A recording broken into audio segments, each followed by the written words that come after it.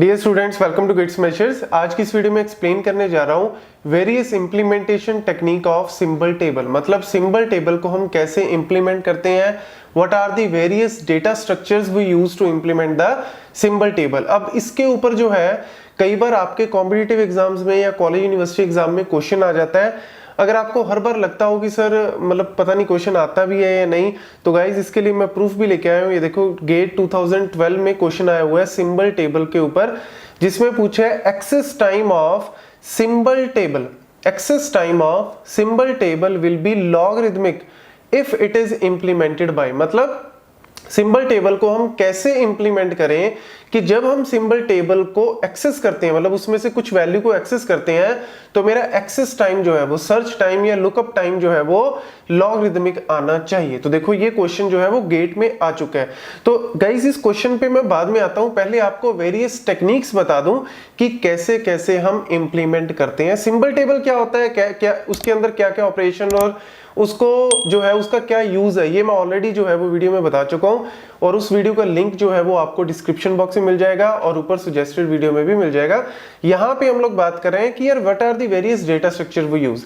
तो देखो हम कौन कौन से डेटा स्ट्रक्चर को यूज कर सकते हैं। एरे है, लिंक लिस्ट है, ट्री है, टेबल है। वैसे तो और भी आप यूज कर सकते हो, लेकिन मेनली यही डेटा स्ट्रक्चर के ऊपर क्वेश्चन आ जाता है। तो देखो एरे में अगर हम बात करें, अनऑर्डर्ड एरे को भी यूज कर सकते हैं, ऑर्डर्ड एरे को। अनऑर्डर्ड का मतलब क्या है कि डेटा उसके अंदर रैंडमली हम डालते जा रहे हैं, कोई ऑर्डर नहीं है। और ऑर्डर्ड का मतलब है डेटा जो है वो एक ऑर्डर में, असेंडिंग या डिसेंडिंग ऑर्डर में पड़ा है।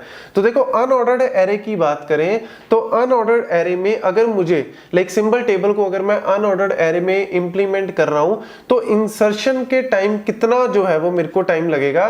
तो इंसर्शन टाइम वहां पे कितना होगा, ऑर्डर ऑफ 1। रीजन देखो, जब आप डेटा को इंसर्ट कर रहे हो एरे के अंदर, आपको कुछ नहीं देखना कि इसकी पर्टिकुलर पोजीशन क्या आएगी। पोजीशन पर्टिकुलर आपको कब पता लगानी पड़ेगी। जैसे इंसर्शन सॉर्ट वगैरह हमने एल्गोरिथम में डिस्कस किया है। तो देखो इंसर्शन सॉर्ट के टाइम पे हम क्या करते हैं कि यार मेरे को जो है वो कार्ड्स का मैंने एग्जांपल दिया था कि जो हम कार्ड्स खेलते हैं, जो ताश खेलते हैं, तो उसमें हम पर्टिकुलर पोजीशन पे जो है वो कार्ड को रखते हैं। मतलब जब मैं डेटा को इंसर्ट कर रहा हूं तो मेरे को उसकी पोजीशन चेक करनी है कि सही पोजीशन पे होना चाहिए। लेकिन अनऑर्डर में ऐसा कोई जरूरत नहीं है। तो आप कह सकते हो कि ऑर्डर ऑफ 1 में डेटा को इंसर्ट कर सकते हो। लेकिन अगर ये ऑर्डर्ड एरे है, मतलब अगर ये डेटा जो है वो सॉर्टेड वाला है, तब आप कह सकते हो कि उस केस में ऑर्डर ऑफ n टाइम लग सकता है। रीजन उसका क्या है, क्योंकि आपने डेटा को इंसर्ट कर दिया राइट पोजीशन पे, अपने एग्जैक्ट पोजीशन पे, तो उस पोजीशन को ढूंढने के लिए आपको जो है वो n टाइम, मतलब जितना वो एरे का साइज है, मैक्सिमम साइज कितना हो सकता है n, तो वो आपको करना पड़ेगा, उतना टाइम आपको लगाना पड़ेगा, तब ऑर्डर ऑफ n। ऐसी अगर हम बात करें लुकअप टाइम की, लुकअप मतलब कि डेटा आपने इंसर्ट कर दिया, अब मुझे डेटा को ढूंढना है, अब मुझे किसी पर्टिकुलर डेटा को ढूंढना है। अब किसी पर्टिकुलर डेटा को ढूंढने के लिए मैक्सिमम टाइम मेरा कितना लग सकता है अनऑर्डर्ड एरे के केस में, ऑर्डर ऑफ n। मतलब आपको एंटायर लिस्ट को क्या करना पड़ेगा, एंटायर एरे को सर्च करना पड़ेगा, ऑर्डर ऑफ n। लेकिन ऑर्डर्ड एरे के अंदर बड़ा इंपॉर्टेंट है, इसको नोट कर लेना, दैट इज log n। अब ऑर्डर्ड एरे के अंदर log n कैसे आया, क्योंकि बाइनरी सर्च वहां पे यूज कर सकते हैं। तो बाइनरी सर्च की टाइम कॉम्प्लेक्सिटी क्या होती है, log n, तो इसीलिए ये log n। देन अगर हम बात करें दूसरा लिंक लिस्ट, तो लिंक लिस्ट का भी फंडा जो है वो ऑलमोस्ट सेम ही रहता है। तो लिंक लिस्ट के अंदर भी आप ऑर्डर्ड भी बना सकते हो, अनऑर्डर्ड। तो अगर हम बात करें अनऑर्डर्ड लिंक लिस्ट की, तो सेम वही ऑर्डर ऑफ 1, आप कहीं पे भी डेटा को डाल दो, कहीं पे भी लिंक लिस्ट में डेटा को इंसर्ट कर दो, लेकिन सर्च टाइम जो है वो ऑर्डर ऑफ n ही लगेगा। और अगर हम ऑर्डर्ड लिंक लिस्ट बना रहे हैं, तब भी इंसर्शन में फिर आपको एग्जैक्ट पोजीशन पे डेटा को डालना पड़ेगा, तो उसमें आपको पहले पोजीशन सर्च करनी है, ऑर्डर ऑफ n टाइम लग सकता है। और लुकअप टाइम जो है, अब इस केस में कई बार स्टूडेंट के दिमाग में आ जाता है सर यहाँ पे हम बाइनरी सर्च नहीं लगा सकते।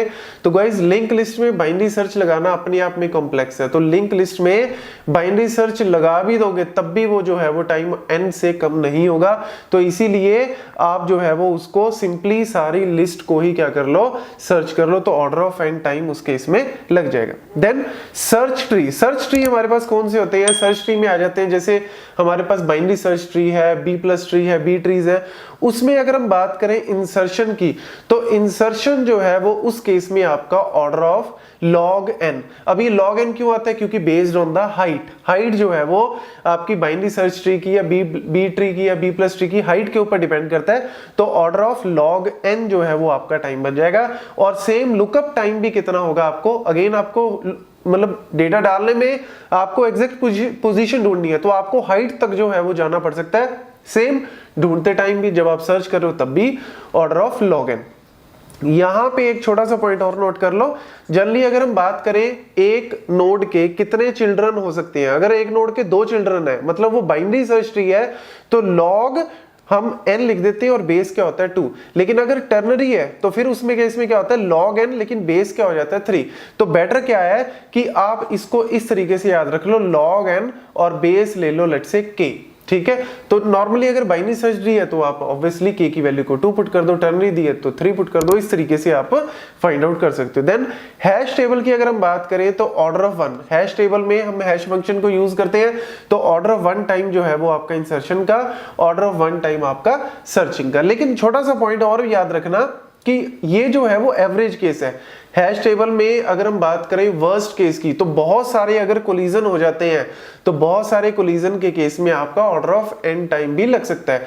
हैशिंग वगैरह मैं ऑलरेडी एल्गोरिथम में आपको अच्छे से बता चुका हूं, तो आई होप कि आपको वो बेसिक जो है वो पता होगा। बाइनरी सर्च ट्री की बात करें तो आपके दिमाग में आ सकता है, जिसने अच्छे से पढ़ा हुआ है, कि सर उसमें भी तो स्क्यूड बन जाते हैं, कई बार लेफ्ट स्क्यूड बन जाता है या राइट स्क्यू बन जाता है, तो उस केस में ऑर्डर ऑफ n जो है वो जा सकती है। तो फिर इस केस में आप मान के चलो कि हम बैलेंस बना के रखना बहुत जरूरी है। अगर बैलेंस नहीं बनेगा फिर तो ऑर्डर ऑफ n तक जा सकती है। तो इसीलिए मैंने एवरेज केस जो है वो मेंशन किए हैं।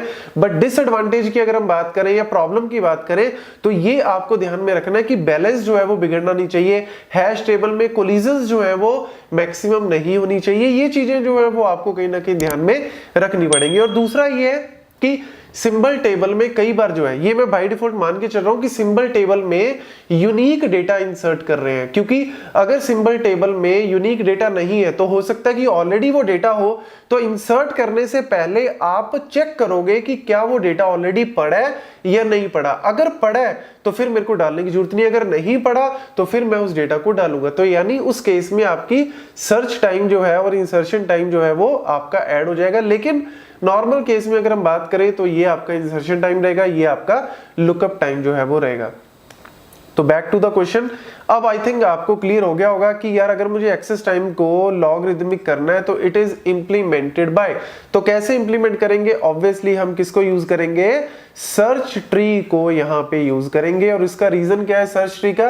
क्योंकि उसमें डेटा को इंसर्ट करने भी लॉग और डेटा को सर्च करने में भी लॉग, ठीक है ना। तो सर्च तो बाद में ही होगा ना, पहले डेटा को इंसर्ट करोगे तब जाके लेटर ऑन आप डेटा को सर्च करोगे। तो पहले आपको डेटा को इंसर्ट करने का भी देखना है कि यार कितना टाइम लग रहा है, लॉग एन लग रहा है, और फिर उसके बाद उसको उठाने का, मतलब डेटा को वहां से एक्सेस करने का भी लॉग एन। तो इस केस में आपका आंसर जो है वो बी बन जाएगा। तो इस तरीके से हम सिंबल टेबल को जो है वो इंप्लीमेंट करते हैं। तो ये क्वेश्चन जो है कई बार एग्जाम के अंदर इस तरीके से पूछ सकते हैं। Thank you.